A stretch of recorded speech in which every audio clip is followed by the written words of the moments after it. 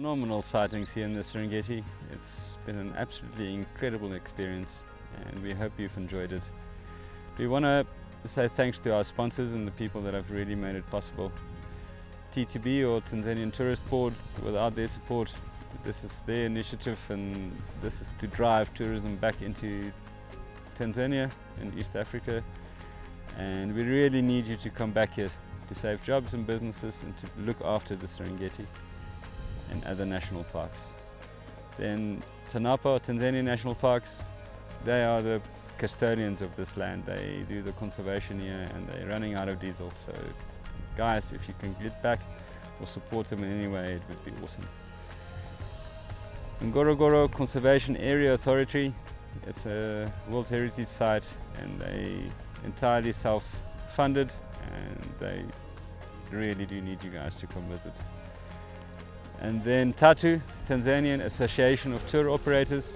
These guys, all the commercial businesses have contributed, and especially TATU members. Thank you very much for you guys, and without that it wouldn't have been possible. Then we have a few main sponsors we need to thank. Arik Air, they've been looking after us with regards to flights and aviation for quite some time now. Great company to work with. Then we have Blink. They've been supplying us with really fast internet throughout the Serengeti, also a partner for quite some time. Then we have in the US, Serengeti Watch. Without your financial support, none of this would be possible. So Dave, thank you very much for slaving away on that side and trying to collect the money so that we can put diesel in our cars. And then Great Migration Camps, they've been supplying this logistics, the vehicles, the camp that we're staying. They've been working hard and moving us around, and without them it would have been really not possible. We are kind of halfway through the show and we decided to bring you the highlights of the first half of the show. So there was lots of discussion around the campfire, what would make it in there, what wouldn't, but it's going to be an action-packed show.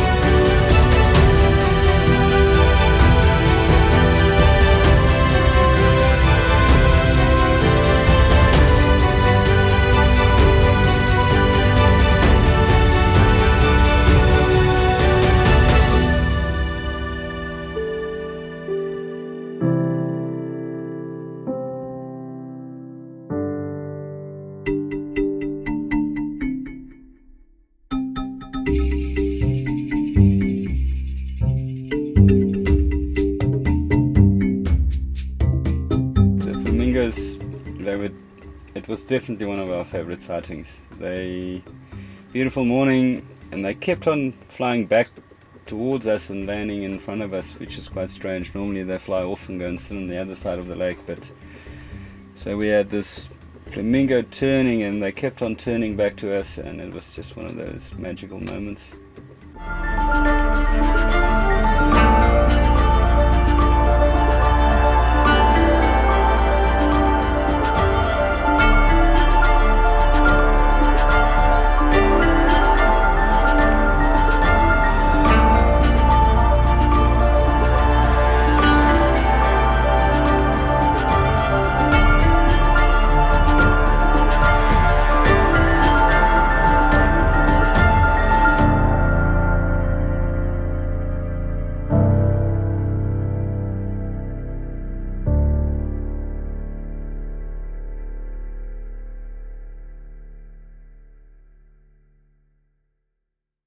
Another favorite one was when we met up with that big male lion next to the road and he gave us that big roar, and it's just a funny moment, and but quite a special moment. We actually went back a second time and he reacted the same way, and he camera guided well, he kept it all still, and it turned out perfect. I don't really want to bother him.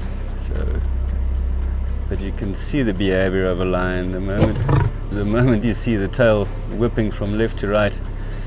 That's the first indication that he's not happy with the the distance that we're from him, but we'll just listen to him and move on.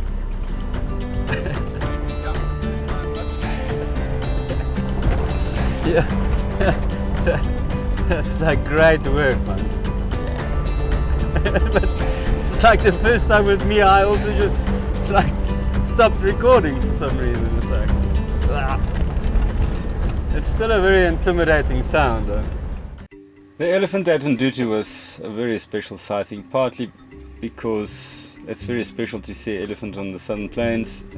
I know it's woodland, but to have those two bulls and for them to allow us and to approach us to a couple of meters and to get those shots of both these bulls with the breeding herd was really an intense and a wonderful moment. Really carrying his head quite high, looking for trouble and trying to make himself bigger. We have a little bit of protection here, and that will help so I can sneak close and also express my dominance and my presence. But he's definitely looking for a fight. He's pretending to eat now, so he's sizing us up. So if we give him confidence at this point, he will definitely come for us. So we're gonna just tell him that we are here and also around. So just a little approach, half a meter, shows him that we mean business too. But all of this is just communication between us and the elephant, so that we don't misunderstand each other. You know, I can't maneuver with all the mud and things around, so I don't have anywhere to go. I can't outrun him. I can't he can run at 50 kilometers an hour, and I can't maneuver that fast. He's now looking for a way to cross to come and give us a better look. But luckily there's a small little ditch or korongo between us and him. He's now pretending to eat, but he seems okay. He gave us one shake of the head. Since then he's calmed down. You can see the gland on the side of his head. That's generally an elephant that's about to go into muss. You can see how high he's carrying his head.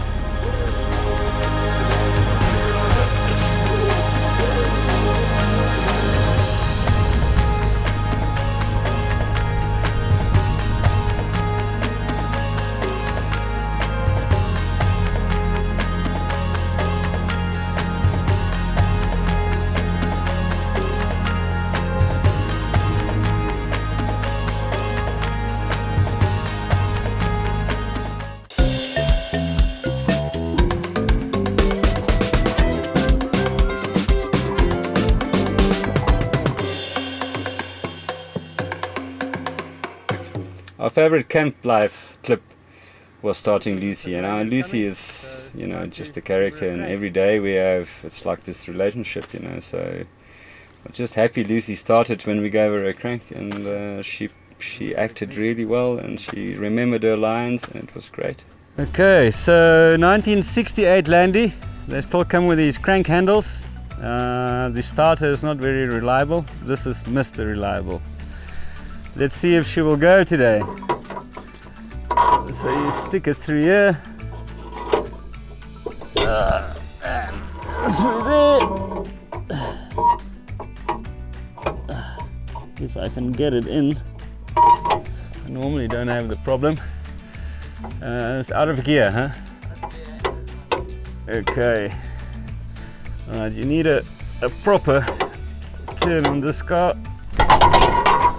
Oh dear. Let's see, a little bit more oomph. Yes, yes. A beautiful sighting, and one of the, I think it was episode 1, was the stretching lioness that had a stretch and then walked off. It was magical because there was a lot of pressure at the time, and we really needed a solid, good sighting, and this lioness just provided it on the first afternoon of this whole thing. Yep. to go hunt in the evening, where they have a far better chance and a greater advantage, far better eyesight than their prey. And during the day it's a little bit harder for them, so generally when they yawn, about a few minutes after that they will slowly maybe go for a drink, which we hope we can catch. While they stretch, and probably gonna join a sister or go for a drink.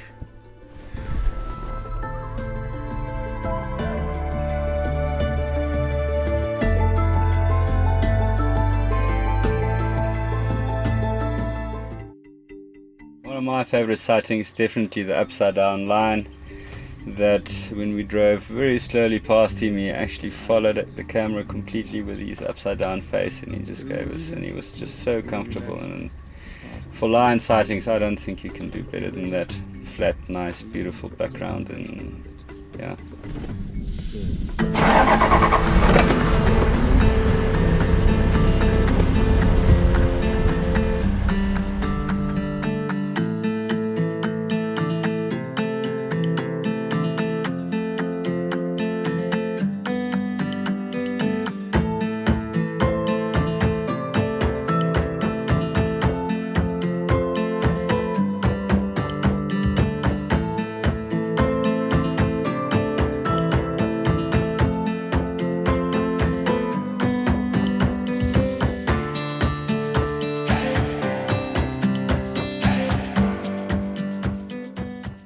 Jacqueline and Gorogoro.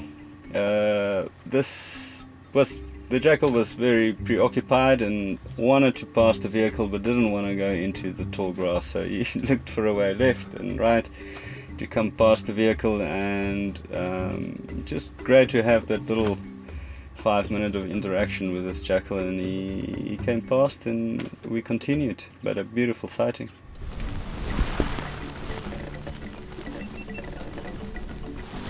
Okay guys,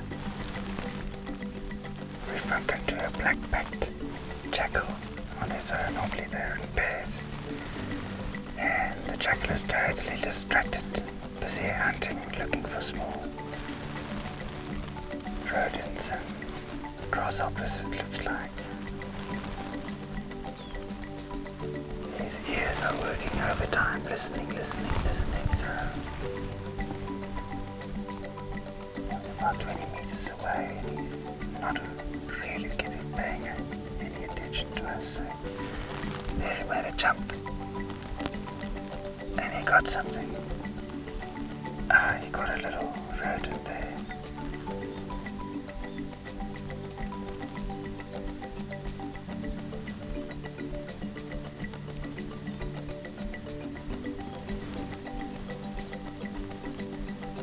Not to his liking.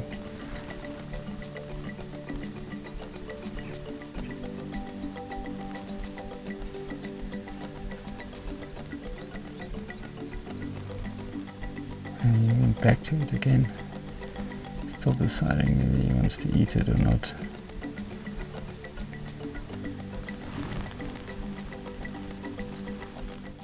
The wildebeest walking past that big prado lion just south of Nabi was a moment of disappointment, but real beauty too.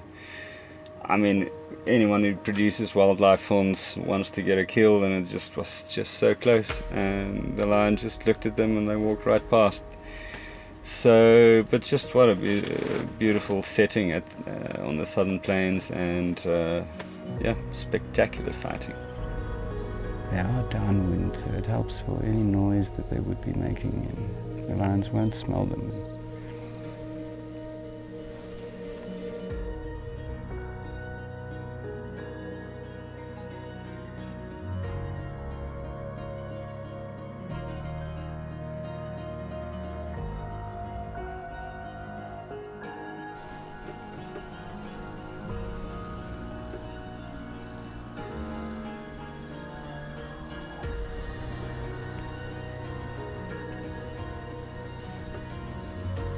So now they've noticed each other, and there's some interest, but definitely enough lions here to pick and choose in range, but missed their chance. But you know, so much for them to eat right now that they don't have to grab every opportunity.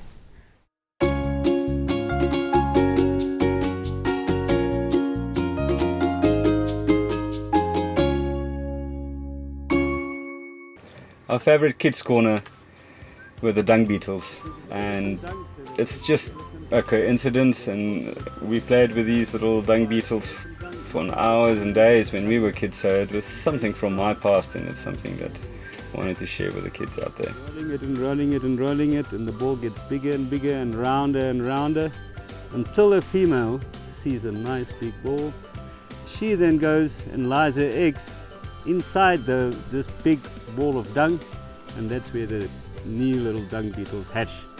So this is the start of family planning. Great house to live in, you know, and imagine that you had to grow up in a pile or a bowl of elephant dung, and these guys are all starting to make little balls, and then we will show you there's a little bit of fighting about balls. Some dung beetles steal another dung beetle's ball, doesn't have to work, and we're gonna find one now, and they start rolling it, and as the dung ball picks up dirt all along the way, it becomes bigger and bigger. Let's have a look. Here's a guy. He's got his little ball, and he's out of here, so he's now rolling it to get away from all the other competition, and this ball will get bigger and bigger, and walks backwards, pushing it up the hill, and then he gets stuck, and so he continues until the female will find a nice looking ball, and she will lay her eggs in there. Guys, another thing about dung beetles I would like to show you is generally they go to the highest point and then they start flying. Let's do another one. That one was a bit quick. One without a ball. Here's one. So you will see it will walk to the highest point and then start flying. The giraffe at Morocopis, on our way to Morocopis. That part of the Serengeti was just burnt a couple of weeks ago, so it gave that similar color, the pattern of the Maasai giraffe with the background, and we're in the wet season, or just at the end of the wet season, so to have that kind of contrast there with about 20 giraffe approaching us was really a great sight.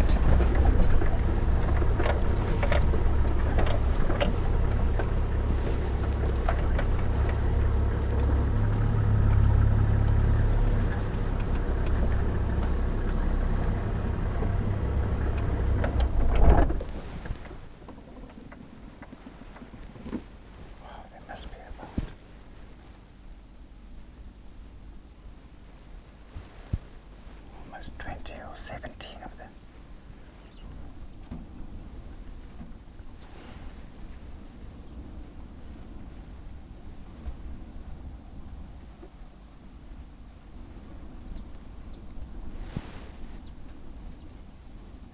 You can see me on the right walking past us, giving us a look.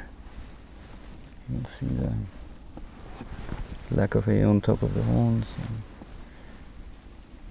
He has found himself a very good location.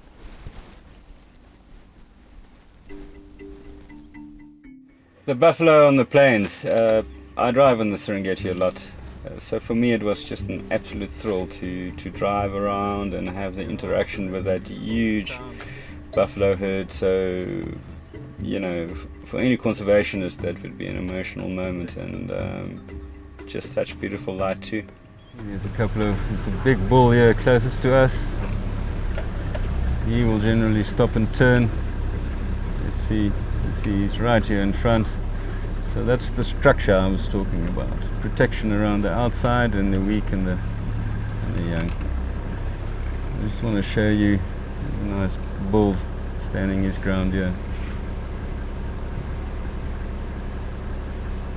So kind of not the best sight, but very good hearing. Big ears hanging below their horns, and I'll show you in a second how they respond to sound. But we don't want to disturb them too much. Let's see, I'll show you how they would run and then turn back. Here's a bull facing us. You'll see thick neck, nice buff on him, approaching us now. And then yeah, some brave cows here. Look at the cow coming. And then on sound they'll respond.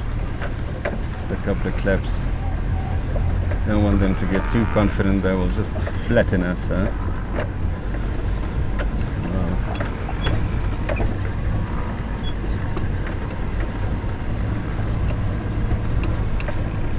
Oh, there's one with amazing wide horns, something I haven't seen before, right ahead.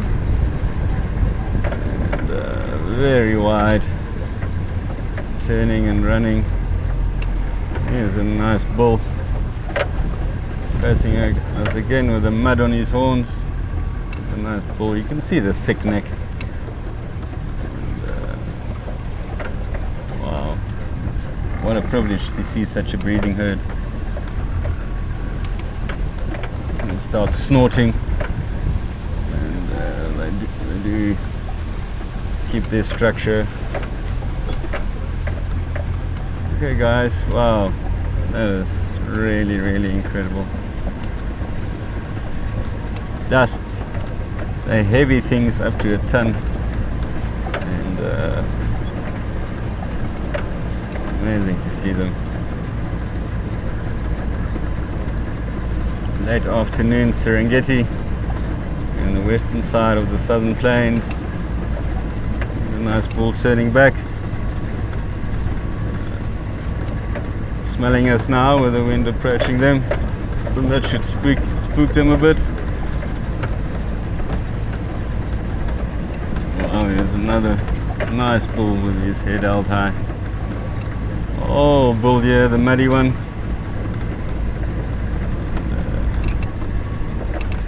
You see how they tend to rather stand their ground than run away, because they're not the fastest thing. Look at this old boy. Nice horns on him. Yeah, lifting his head high. And he has been through the wars, so he doesn't even bother to run.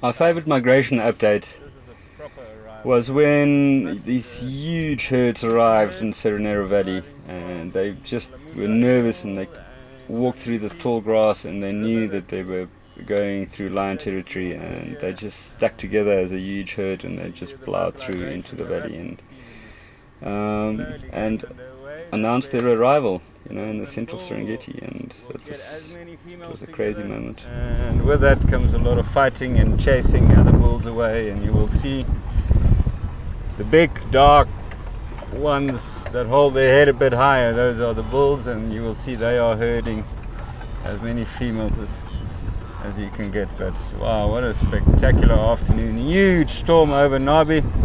Here's a nice bull coming to overlook. Huge storm at camp over Navi, and we're just north of that, in between the Sopa Road and Serengeti, and it is spectacular. Afternoon sun coming through, and thousands and thousands and thousands of wildebeest.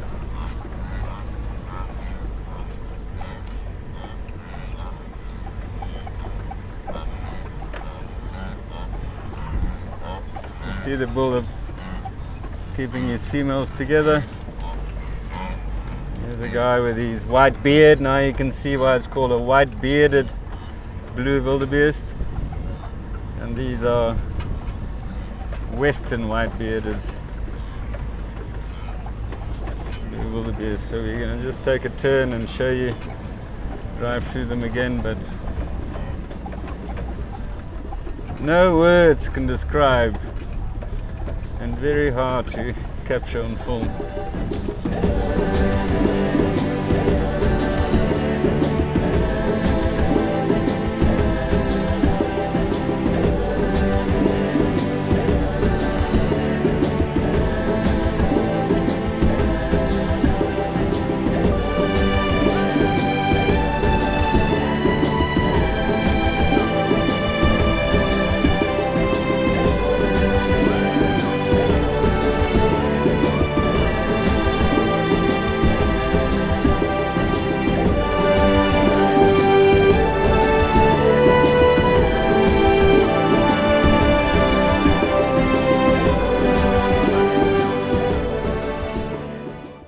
It took us a while to find cheetah, which was partly because the grass is so tall, but also so many lions around. So when we got that first cheetah and it did all the walk pasts and such a beautiful looking cheetah sitting on the termite mound, it was a relief, but also a really, really spectacular, beautiful cheetah to film.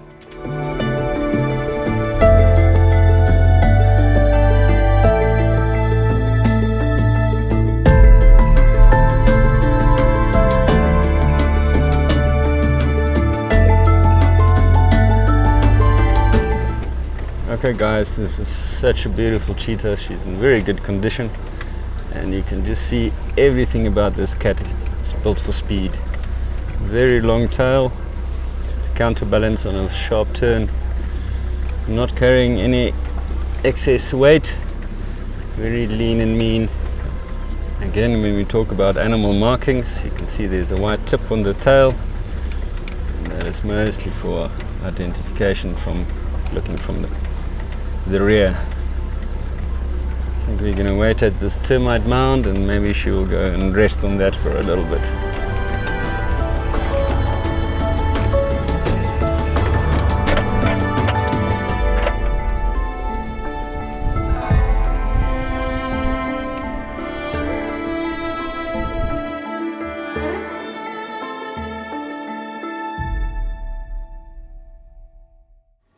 Ngorongoro crater is the iconic species. There's black rhino, so it was very important for us to not just get a shot of black rhino, but also to get a full frame, decent rhino footage. And it was just a perfect morning for that, and everything cooperated and went according to plan, and it came out beautifully. It's a little bit wildebeest are ratting, and obviously way too much testosterone, and that one taking on a rhino. It's quite funny.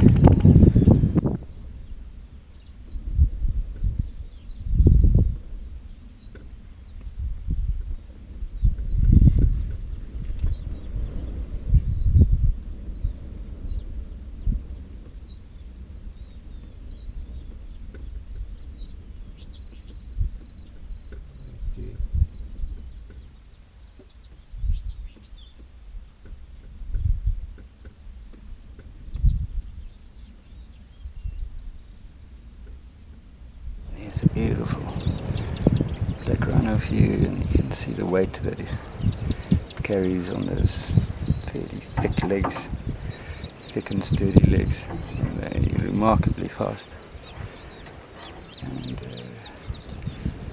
ill-tempered, some people believe, especially the black rhino. It's got more anger issues than the white rhino, so fairly temperamental. They don't breed very well, so they need to be very comfortable before breeding sets in. So, but what a beautiful animal. You can see some oxpeckers on it, and fairly symbiotic relationship between the oxpecker and the rhino ticks. And keeps the rhino clean and oxpeckers are well fed.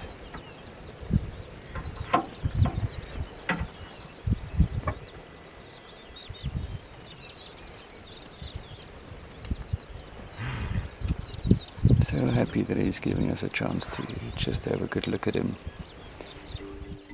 The Massa is such a colourful and almost iconic tribe here in East Africa. A culture that's refusing to westernize.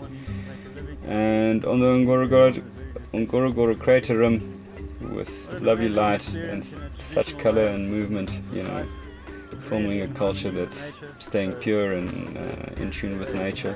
It's a very special moment.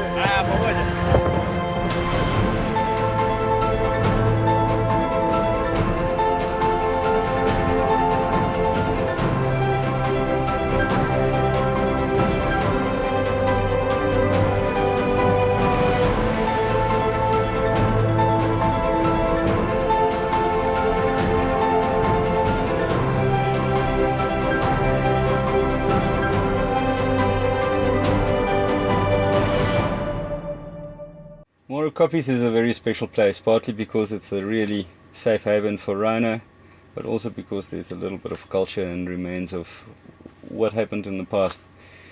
And the view from Morokopies and standing on the Ngong Rock is just absolutely beautiful, and you get into the music and it's just a moving moment, and you can just feel the presence of people that had so many nights of safety there.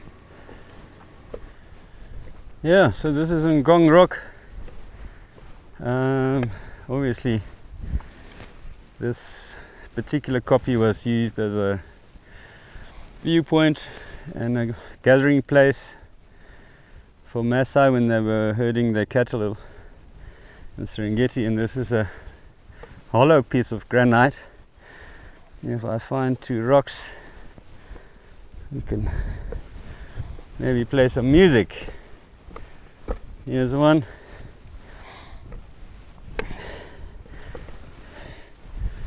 Here's another one.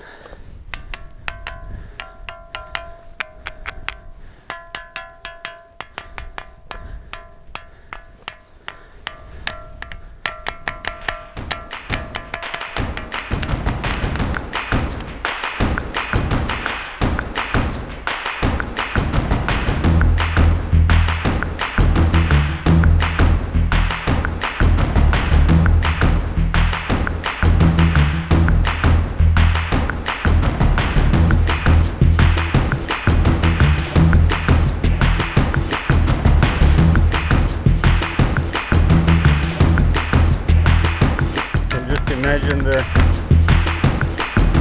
fire going at night and some jumping and humming away.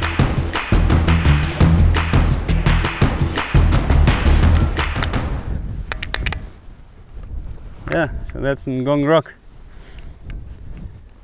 Certainly some great views from up here.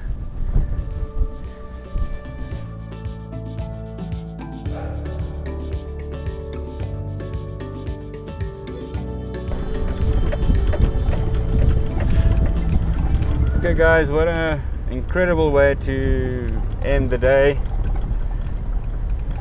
Right in the middle of the migration, and it's just herds and herds and two big storms all around us, and one of them definitely hit camp, so I think it's time for us to head home, see if everyone's okay there, and maybe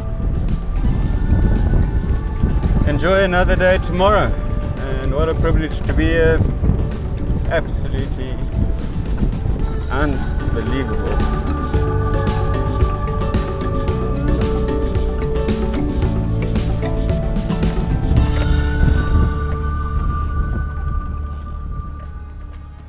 Guys, as we're heading into the last kind of half of this series, we really hope you've enjoyed it.